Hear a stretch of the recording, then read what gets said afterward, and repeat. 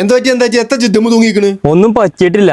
എടായിലിട്ടൊരു അടി വണ്ടി നിന്നു. സംഗതി പെട്ടില്ല. എത്ര ഇത് കാട്ടാ തള്ളുവേ.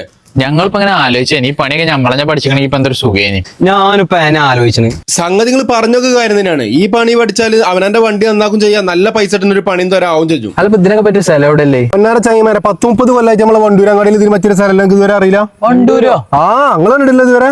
ഇല്ല. എന്നാ വരിക പോയൊക്കെ ഇപ്പൊ തന്നെ കാണാലോ നിങ്ങൾക്ക്. അപ്പൊ SSLC +2 കഴിഞ്ഞാൽ എല്ലാവരും ഇത് കണ്ടോളൂ, നിങ്ങൾക്ക് ഇത് ഉപകാരപ്പെടും.